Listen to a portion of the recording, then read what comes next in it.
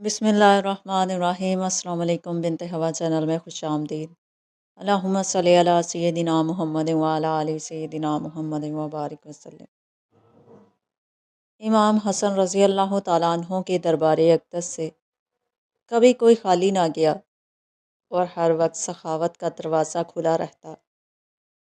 हज़रत अली बिन उस्मान हजवेरी अल-मरूफ ताता गंज बख्श रहमतुल्लाह अलैह कशफ़ अल-महजूब में बयान करते हैं कि एक मरतबा एक अरबी आप रज़ी अल्लाह तआला अन्हु के दरबार पर आया और गालियाँ बकने लगा।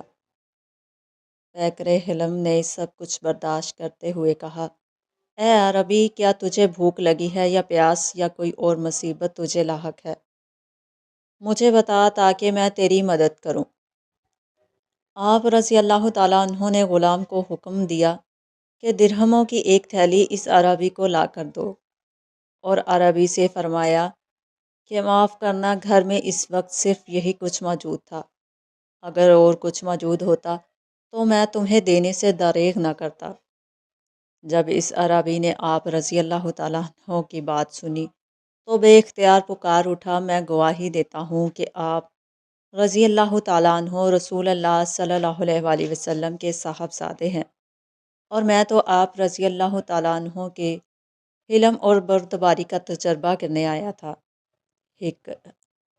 हकीकत शनास औलिया व मशाइख की यही सिफ़त होती है कि लोगों की मदाह और मज़ाहमत की इनके नज़दीक बराबर होती है।